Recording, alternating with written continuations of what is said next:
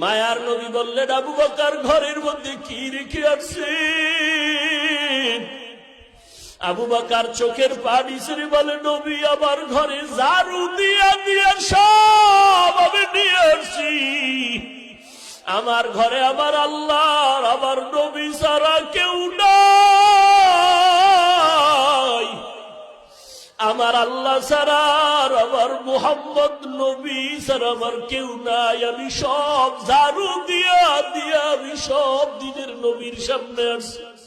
কারণ এই সময় যদি আমি কিছু রাখি, আমি আল্লাহর কাছে ফলাফল পাবো না।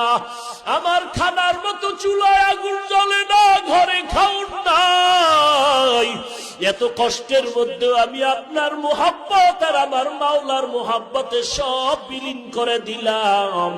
ও নবী, এখন আমার ঘরে আল্লাহ ছাড়া কেউ নাই।